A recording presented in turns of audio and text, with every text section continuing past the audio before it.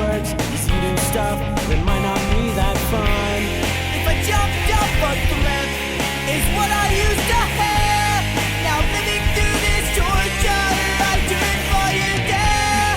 Now lying on the ground with arms open wide, wondering if you're on my gut or what you feel inside.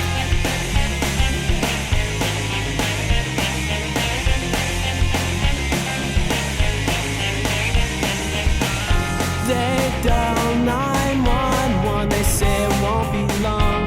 Tears roll down your face, I hope I wasn't wrong. Thoughts go through my head of holding you tight. I hope I won't forget, I hope you won't forget what you've done. If I jumped off a cliff, it's what I used to have. Now living through this torture, I do it for you there. Now lying on the ground with arms open wide, wondering if you're on my gut or what you feel inside. All of our fathers, well, 3 out of the 4 of us fathers work at Stelco together. And also we all went to school with one another, but I'm a year older, so I've been a grade ahead of everybody. And not till about 6-7 years ago we really started hanging out a lot, and then we all just ended up getting a different instrument, and we just decided one day, hell, let's put a band together. Basically how we met each other was, me and Kyle have always been friends. Actually, we've met each other in JK pretty much. And then I met Kevin through Kyle. And then basically I met Matt through Kyle too, because he lived on the same street. And that's basically how we met. We met in kindergarten. Well, that's when I met Tyler. I met Kevin in grade 1 when he peed his pants, so I had to help him change. And Matt's lived across the street from me. I've known him since we were like 3, playing like cars in the dirt and stuff. Well, we've all known each other since grade 1, so I met Kyle by actually peeing my pants, and he had to take me down to the Lost and Found. Matt's always been a grade ahead of us, but he's been in the same school, so yeah. I think the first time we ever played together was grade 7, that class project, and I think it was Kevin who popped up with the idea, or Kyle, because it was their class, obviously. And they just got the idea, like, hey, we pretty much got a full song, so let's play it for the class project, and then plus we get graded on it and see what's up. And then So it was like killing 2 birds with 1 stone. yeah. And in grade 7, that class project that we all did the first time, our first gig together would have been that. That was at Highview Middle School when it was just grade 6 to grade 8 school. Now it's changed to a K to grade 8 school. Mm-hmm. Just Peace Memorial, our former school that we were there, grade 1 to 5, was torn down recently. And Yeah, so well, a lot about of 2 our years ago. memories were at that school. A lot of Yeah. good memories. I took guitar lessons for about a year. Well, we had 3 guitarists, which just wasn't working. We had an old bass player, so we kicked him to the curb and brought me in. I've always had a passion for singing. I love it. Getting me to stop is a challenge. I hear a lot of people go, Tyler, stop singing. Like, you sing a lot, but you know what? I love it. It's a passion of mine. I remember the first time singing was singing Backstreet Boys. I used to be a big fan of those guys, and sing those guys. And then I've always loved Aerosmith. I thought they were like amazing. And then just seeing the guitarists play just totally got me hooked. And then when I was 9 years old, my parents got me into guitar lessons, and ever since then I loved it. Grade 7 rolled around, and we all had to pick an instrument, and I did not want to do any brass instrument or anything from my previous experience with cadets. And they had 2 drum sets, and so 7 people wanted to play on them. 7 names went in a hat, and the first person got drawn was my buddy Steve Schwarbrick, and then my name popped out of the hat, and so me and him got to play kit, and ever since then I started playing drums.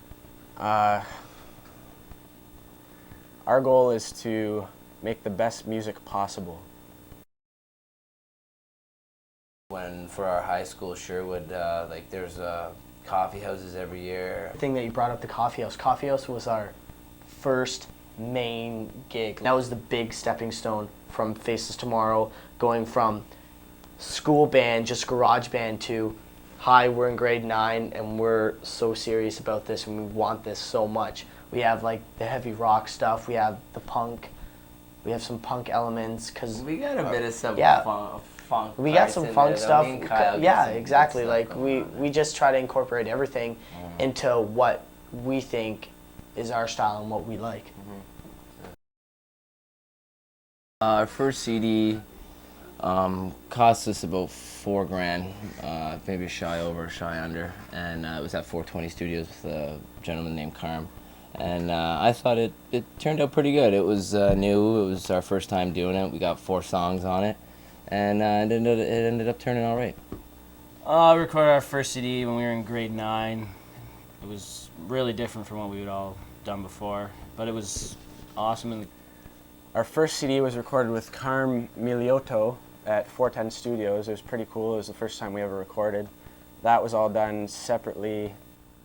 You know, this industry, the music industry, is a crazy industry. You know, I ended up doing hip-hop to hard rock to classical. You know, I worked on a classical album that was nominated for a Grammy. You know, when I got the CD from Faceless Tomorrow, I have to say I was very impressed with the sound quality. I mean, I get a lot of CDs from a lot of different bands. Everybody's asking me to hear or listen to their CD, check it out. But the sound quality was fantastic, and that's what actually got me to listen to the CD. And I have to say, man, I was very impressed. The playing, the musicality, the singer, the guitar player, everything was spot on. It was actually fantastic. I was very impressed.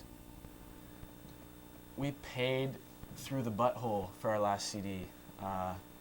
We paid about $50 an hour, I think, but it just took us a long time because of pre-production and everything, so.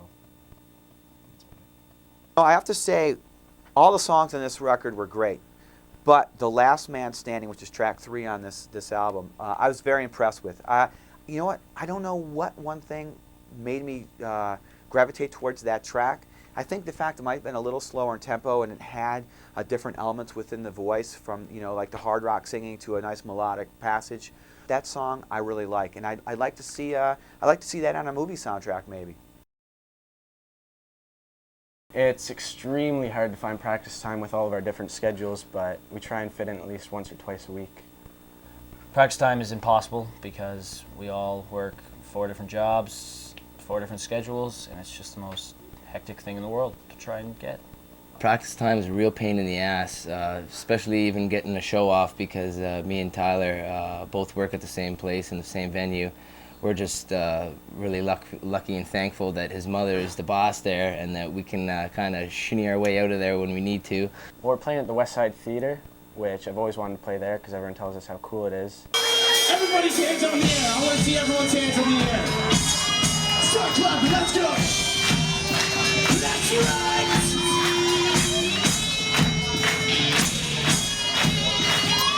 That's how Hamilton does it.